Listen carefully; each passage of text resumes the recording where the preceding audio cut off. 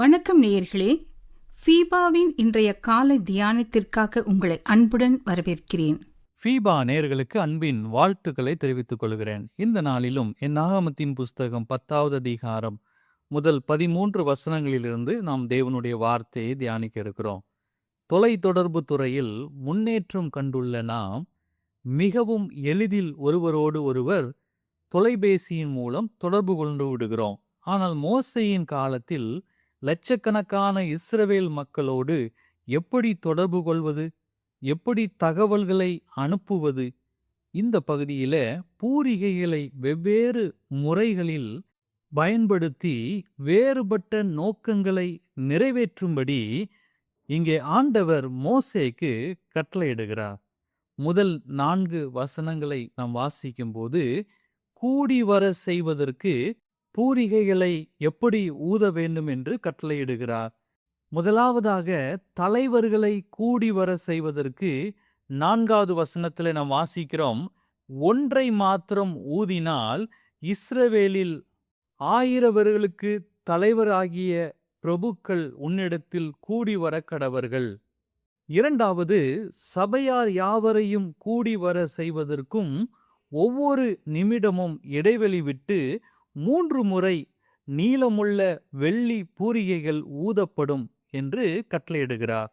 இதை நாம் 7வது வசனத்துல வாசிக்கிறோம். சபையை கூட்டுகிறதற்கு நீங்கள் ஊத வேண்டியதே அன்றி பெருந்தொனியாய் முழங்க வேண்டாம் என்று இங்கே சொல்லுகிறார்.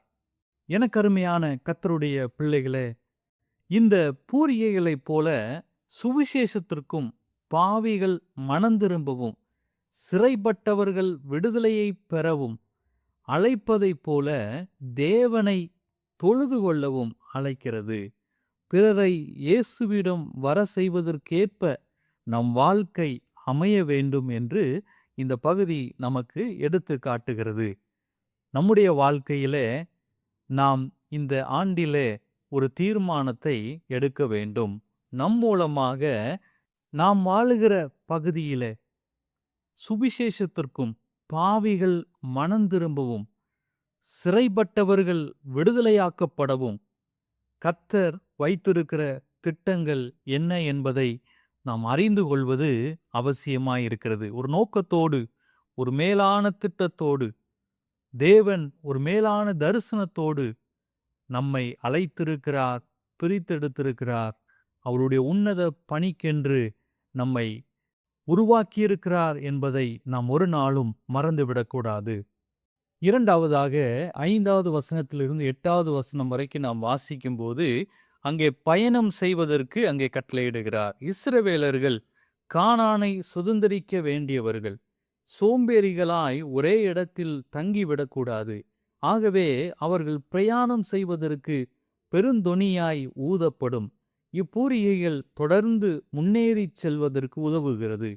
சோர்ந்திருப்பவர்களை நாம் உற்சாகப்படுத்தி ஊக்கப்படுத்தி நாம் அவர்களை வழிநடத்தி செல்ல அழைக்கப்படுகிறோம். யோவான் எழுதின சுவிசேஷம் 4வது அதிகாரம் 28வது வசனத்திலிருந்து 30வது வசனம் வரைக்கும் நாம் வாசிக்கும்போது அங்கே சமாரியா ஸ்திரீயை குறித்து நாம் வாசிக்கிறோம். அப்பொழுது அந்த ஸ்திரீ தன் குடத்தை வைத்துவிட்டு ஊருக்குள்ளே போய் ஜனங்களை நோக்கி, நான் செய்த எல்லாவற்றையும் ஒரு மனுஷன் எனக்கு சொன்னார், அவரை வந்து பாருங்கள், அவர் கிறிஸ்துதானோ என்றாள். அப்பொழுது அவர்கள் ஊரிலிருந்து புறப்பட்டு அவரிடத்தில் வந்தார்கள் என்று நாம் வாசிக்கிறோம். கிறிஸ்துவை வெளிப்படுத்துகிற அந்த சமாரிய ஸ்திரீயை போல நம்முடைய வாழ்க்கையும் கிறிஸ்துவை எடுத்து சொல்லுகிற, கிறிஸ்துவை பிரதிபலிக்கிற, மற்றவர்களை உற்சாகப்படுத்தி கிறிஸ்துவண்டை கொண்டு வருகிற ஒரு வாழ்க்கையாய் இருக்க வேண்டும் என்று கர்த்தர் இங்கே விரும்புகிறதை நாம் பார்க்கிறோம். இறுதியாக என்னாகமத்தின் புஸ்தகம் 10வது அதிகாரம் 9-10 வசனங்களை நாம் வாசிக்கும்போது அங்கே போருக்கு போவதற்கு அவர்கள் எப்படி இருக்க வேண்டும் என்று சொல்லி அங்கே கட்டளையிடுகிறார். தேவன் தம் மக்களுக்கு முன் செல்கிறார் என்பதையும் வெற்றி பெற செய்கிறார் என்பதையும் பூரிகைகளின் தொனி எடுத்து காட்டுகிறது. பண்டிகை மற்றும் சிறப்பு வழிபாட்டு நேரங்களிலும் பூரிகை ஒலிக்கப்படும் போது தேவ சமூகத்தில் இஸ்ரவேல் மக்கள் நினைவு கூறப்படுவர். எத்தனை பெரிய ஆசீர்வாதம்! ஆசாரியர்கள் மட்டுமே பூரிகைகளை ஊத வேண்டும். இது எத்தனை பெரிய பொறுப்பு! எனக்கருமையான கர்த்தருடைய பிள்ளைகளே, நம்முடைய ஆவிக்குரிய வாழ்க்கையில பரவசமும் உற்சாகமும் மட்டும் போதாது. கட்டுப்பாடும் தேவனை பின்பற்ற ஒருங்கிணைந்த செயலாக்கமும் நமக்கு தேவை என்பதை இந்த பகுதி நமக்கு எடுத்து காட்டுகிறது. நம்முடைய வாழ்க்கையில நாம் தேவனை பிரதிபலிக்கிற ஒரு வாழ்க்கை வாழ்வதற்கு கர்த்தர் நம்மை அழைக்கிறார். ஒரு நல்ல தகவல் தொடர்பை ஆண்டவர் நமக்கு வைத்திருக்கிறார். அவரோடு நாம் இணைந்து இந்த உன்னதமான பணியை நிறைவேற்றுவதற்கு மோசேக்கு கட்டளையிட்டது போல நமக்கும் அவ்வப்போது கட்டளையிடுகிறவராயிருக்கிறார்.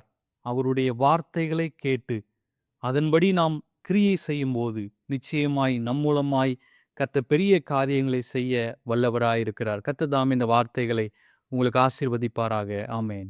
இன்றைய காலை தியானத்தில் பங்கேற்றமைக்காக நன்றி. உங்களது கருத்துக்களை பகிர்ந்து கொள்ளவோ மேலும் விவரங்கள் அறிந்து கொள்ளவோ 9458585042 என்ற எண்ணிற்கோ அல்லது info@fibaonline.org தொடர்பு கொள்ளவும். தேவன் தாமே உங்களை ஆசீர்வதிப்பாராக. ஆமேன்.